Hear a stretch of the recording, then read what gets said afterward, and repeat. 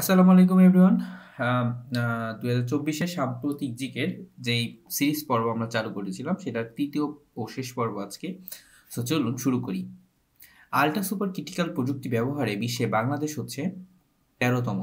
Ultra super critical প্রযুক্তি ব্যবহারে বিশ্বে বাংলাদেশ ১৩তম। বাংলাদেশের প্রথম এলএনজি টার্মিনাল নির্মিত হচ্ছে মহেশখালীতে। বাংলাদেশে শতভাগ বিদ্যুতায়ন ঘটে কত তারিখে? ২১শে মার্চ ২০২২। বাংলাদেশে শতভাগ বিদ্যুতায়ন ঘটে ২১শে মার্চ ২০২২।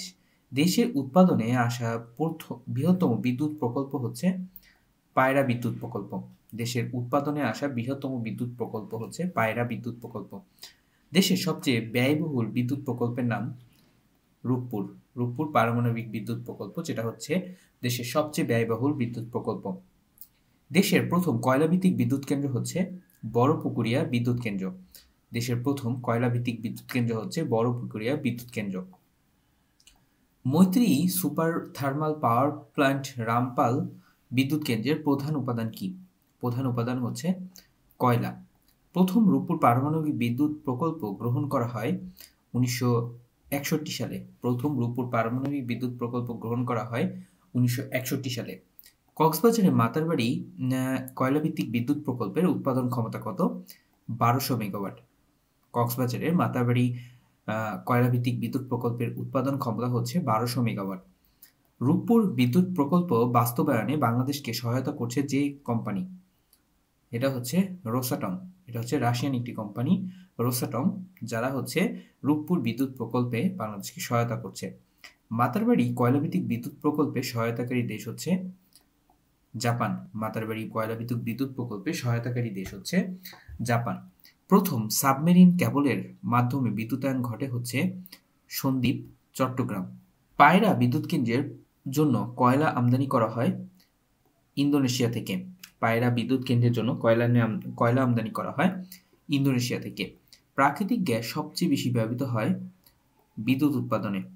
প্রাকৃতিক গ্যাস সবচেয়ে বেশি ব্যবহৃত হয় বিদ্যুৎ উৎপাদনে, প্রায় ৪৫%। অষ্টম পঞ্চবার্ষিকী পরিকল্পনার মেয়াদ ছিল ২০২০ থেকে ২০২৫। অষ্টম পঞ্চবার্ষিকী পরিকল্পনার মেয়াদ হচ্ছে ২০২০ থেকে ২০২৫। দ্বিতীয় প্রেক্ষিত পরিকল্পনা অনুযায়ী জিডিপি প্রবৃদ্ধির হার হবে ৯.৯%। দ্বিতীয় প্রেক্ষিত পরিকল্পনা অনুযায়ী জিডিপি প্রবৃদ্ধির হার হবে ৯.৯%। ১৮ অক্টোবর ২০২৩ স্মার্ট জেলার পুরস্কার লাভ করে পঞ্চগড়। ১৮ অক্টোবর ২০২৩ স্মার্ট জেলার পুরস্কার লাভ করে হচ্ছে পঞ্চগড়। অষ্টম পঞ্চবার্ষিকী পরিকল্পনা অনুযায়ী বাংলাদেশের দারিদ্র্যতার হার হবে ১৫.৬%। অষ্টম পঞ্চবার্ষিকী পরিকল্পনা অনুযায়ী বাংলাদেশের দারিদ্র্যতার হার হবে ১৫.৬%। দ্বিতীয় প্রেক্ষিত পরিকল্পনা মেয়াদ হচ্ছে ২০২১ থেকে ২০৪১। দ্বিতীয় প্রেক্ষিত পরিকল্পনার মেয়াদ ২০২১ থেকে ২০৪১। বর্তমানে এলডিসিভুক্ত দেশ কয়টি? বর্তমানে এলডিসিভুক্ত দেশ হচ্ছে ৪৪টি। বাংলাদেশের একমাত্র দ্বিবার্ষিকী পরিকল্পনা ছিল ১৯৭৮ থেকে ১৯৮০। বাংলাদেশ এলডিসি থেকে আনুষ্ঠানিকভাবে বের হবে ২৪ নভেম্বর ২০২৬। বাংলাদেশ এলডিসি থেকে আনুষ্ঠানিকভাবে বের হবে ২৪ নভেম্বর ২০২৬। বাংলাদেশ এলডিসিভুক্ত করা হয় কত সালে? ১৯৭৫ সালে। বাংলাদেশকে এলডিসিভুক্ত করা হয় ১৯৭৫ সালে। বদ্বীপ পরিকল্পনা ২১০০ এর হটস্পট রয়েছে ৬টি। বদ্বীপ পরিকল্পনা ২১০০ এর প্রণয়ন প্রকল্পের আর্থিক সহায়ক হচ্ছে নেদারল্যান্ড। বদ্বীপ পরিকল্পনা ২১০০ এর উচ্চ পর্যায়ে জাতীয় অভিষ্ট কয়টি? জাতীয় অভিষ্ট হচ্ছে ৩টি। ১৩ ডিসেম্বর ২০২৪ কোন দেশটি এলডিসি থেকে বের হয়? Sao Tome and Principe. ১৩ December ২০২৪ কোন দেশটি এলডিসি থেকে বের হয়? Sao Tome and Principe. জাতিসংঘের কোন সংস্থা জিআই পণ্যের সনদ প্রদান করে? WIPO। হামাস ইসরায়েলে রকেট হামলা চালায় ৭ অক্টোবর ২০২৩। হামাস ইসরায়েলে রকেট হামলা চালায় ৭ অক্টোবর ২০২৩।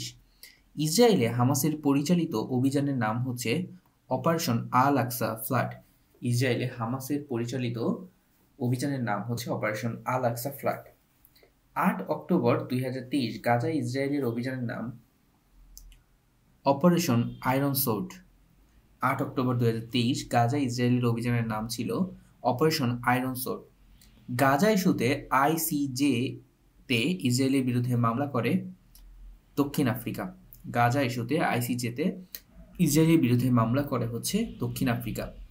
রাফা সীমান্ত ক্রসিং অবস্থিত কোথায়? এটি হচ্ছে ফিলিস্তিন ও মিশরের মধ্যে অবস্থিত। হিজবুল্লাহর বর্তমান প্রধান নাঈম কাসেম। হিজবুল্লাহর বর্তমান প্রধান হচ্ছে নাঈম কাসেম। নাহাল ওজ ঘাঁটি কোন দেশের? নাহাল ওজ ঘাঁটি হচ্ছে ইসরায়েলের। হুতি কোন দেশভিত্তিক সংগঠন? হুতি হচ্ছে ইয়েমেন ভিত্তিক সংগঠন। ক্রিমিয়া থেকে রাশিয়াকে পৃথককারী প্রণালী হচ্ছে কার্চ প্রণালী। ক্রিমিয়া থেকে রাশিয়াকে পৃথককারী প্রণালী হচ্ছে কার্চ প্রণালী। নর্থ স্ট্রিম পাইপলাইনটি সংযোগ করেছে হচ্ছে উস্টলুগা আর হচ্ছে গ্রেস ওয়ার্ল্ডকে।